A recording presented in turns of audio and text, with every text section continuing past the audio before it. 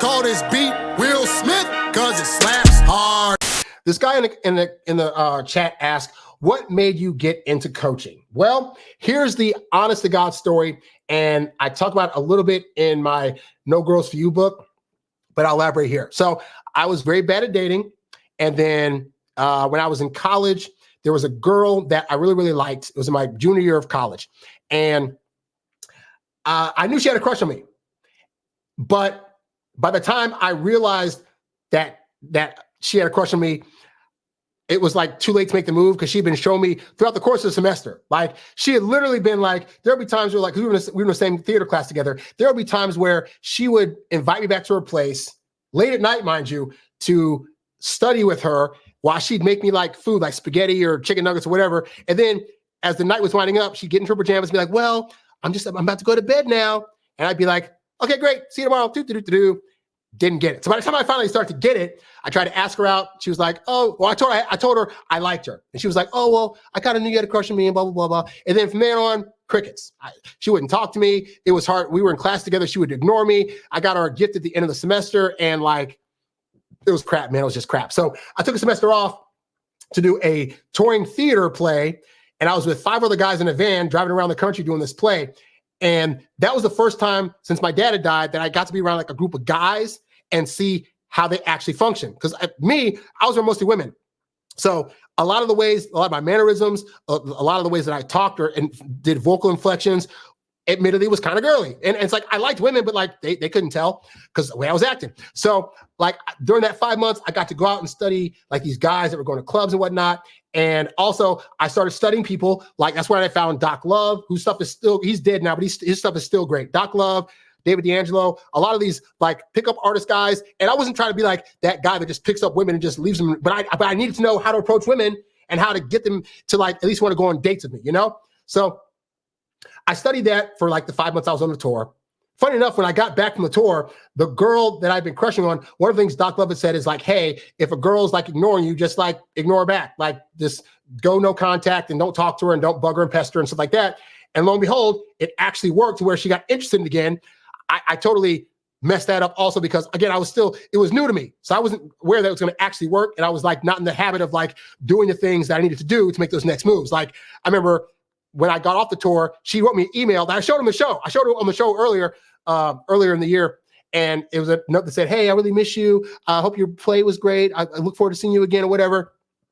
She invited me over to her place and I went over there and she was all dressed up in lingerie and like pajamas. And again, I was still like, logic guy thinking, but she didn't actually say the words that she wanted to hook up. So it could just be her Saturday wear. So I tell you guys, logical guy thinking will keep you single. You have to learn to outthink your own logical brain to get women. So that situation went away. But anyway, the crux of the story is this. I went back my senior year of college and I had a friend that I was friends with for like the 3 years prior, woman. And we started to really get along great, like connecting, like we were hanging out all the time. She was making googly eyes at me, all this other stuff. And I at this point, I could read that she liked me, but I didn't know how to make that move. I still just wasn't in the practice of making the moves I needed to make. I was still a virgin at the time, didn't know how to get out of that virginity cycle, right? I invited her over one day for food. I invited her over I made a bunch of food at my apartment. And so I literally was like, hey, I made a bunch of food. I want to see a movie. I'll invite one of my female friends over to watch stuff because I don't want to be alone and whatever. So I invited like 4 girls over and they all said, no, they can't come over. I told them I had made dinner. We can eat dinner, watch a movie. I didn't know back then that was code for like, we're going to hook up. So they were right to say no. But then the 5th girl was this friend of mine. And she initially said, oh, I'm studying. I can't do it tonight. Okay, fine. Hung up the phone. 5 minutes later, she calls me back and is like, hey, so I can come over now. In hindsight, well, I didn't realize that the fact that I said dinner and a movie and she said yes meant that she was good to go because I just didn't know what these words and singles meant yet. I was still in my learning phase, right? That's why I try to tell you guys so much, like you have to look beyond like what's like logically in front of you and really try to start reading more into like what women are doing and saying because they'll say or react to a lot of things that we don't understand what's going on. And it's like they're trying to give us signals and we're just not getting it. So anyway, she came over, we watched the movie, we ate some food, and then middle of the night, the movie ends.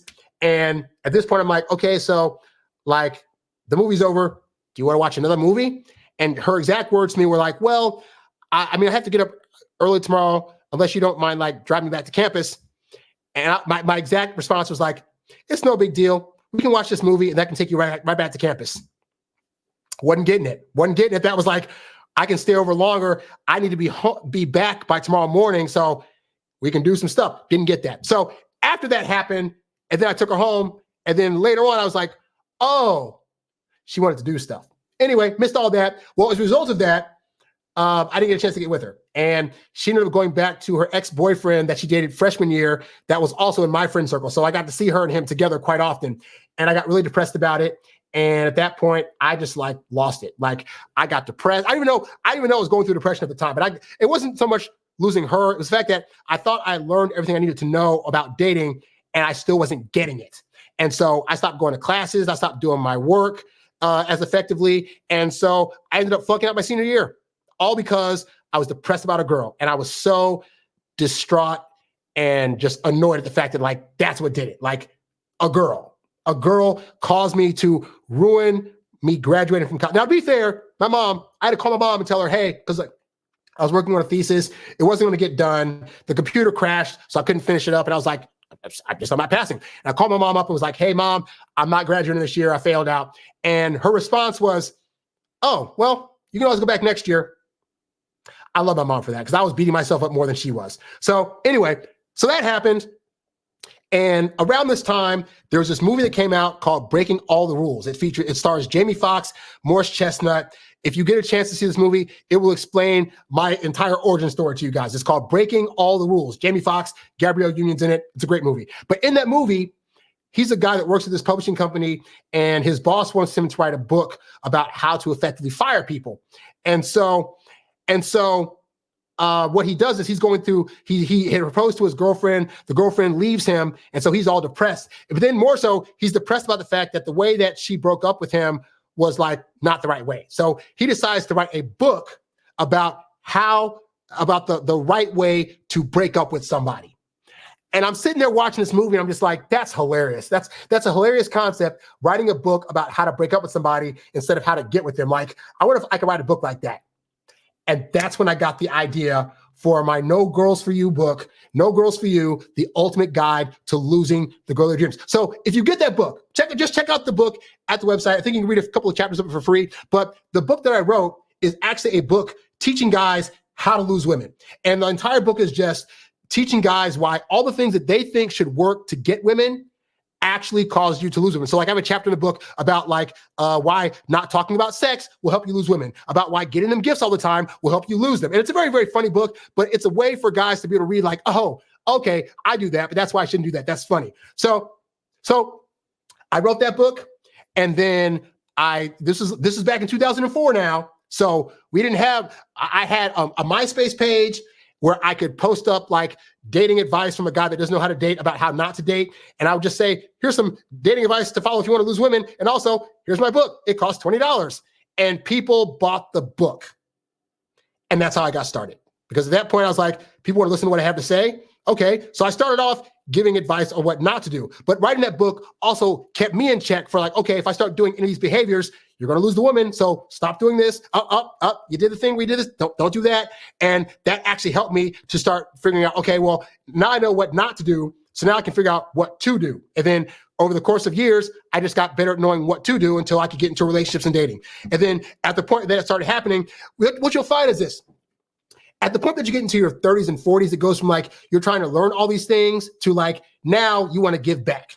And I just found I had a very, very strong pull to want to help out guys that were once like me. Those guys that couldn't figure out why women are saying one thing and doing other things, why I feel like I'm getting mixed signals because she's saying she maybe wants to do a date but isn't showing up for the date. How is it that I can talk to women and not be so anxious and nervous? What are women looking for? Like at the point that I found all that out, I was like, I want to help other guys figure that out too. And so that's when I started doing a podcast. First, it was the Stop Losing Women podcast, which you can get all those episodes at the website. And then I decided to turn it over to the Introvert Dating Success podcast because I'm an introvert and a lot of introverts are writing me for help. So now I give advice pretty much to everybody, but I gear it towards introverts in particular because honestly, a lot of guys typically like their solo time and it can be hard to figure out how am I going to date when I like solo time and don't want a lot of people around me. You know, but that's my entire story. So hopefully that gives you some insight into why I do this. I know people come in here and be like, but you charge for X, Y, and Z. I give so much advice away for free. There are now over 900 videos on my YouTube channel. I have webinars. I have books that you can download. I have free cheat sheets. I essentially go on Reddit and just answer people's questions pro bono. So yes, there was a money aspect to this. I like you guys give super chats. I love when you guys get into my programs, but all that stuff is created in part to really help you guys. If it happens to benefit me monetarily, I don't feel bad about that because I put in 20 years of figuring this stuff out. If it can help you to fast forward through that to learning this stuff in 3 months, I think it's worth charging for. But again, even if you don't, I have so much free stuff. Because I ultimately just care about you guys and I care about guys not making mistakes. And also I care about women. I care about the fact that I have so many of my women friends that date guys that would have been overall good picks if they hadn't screwed up in such obvious ways that I see as obvious that they didn't. So to help my female friends find better guys, I give you guys advice, hoping you'll go out there and do a better job than most guys are doing. And you'll find most guys are so willing and ready to put the blame on women that just listening to my stuff and being able to be accountable for what you're doing is going to put you far ahead of your competition that's going to sit there and complain about, well, she needs to accept my chivalry like this, or she needs to be better than this, or she needs to text a certain way. You could do that all day. You could say, hey, women need to be better. Women do this and that. Why are women taking their part? Guy, I talk to them too sometimes, but this is a men's channel. And so on the men's channel, I'm talking to you about what you can do to be more responsible to better your side of the road. If women come along that aren't able to do that, lead them to the side of the road. But I want you to be prepared and you to be equipped with the tools that you need to be able to succeed out there in the dating world while still getting your precious alone time. So hopefully, Guy, that answers your question. You's a bad boy, but you can't stop, won't stop. You a high-earning, high-value, high-class man. You a high-earning, high-value, high-class man. You a high-earning, high-value, high-class man. You a high-class man. You a high-class man. You a high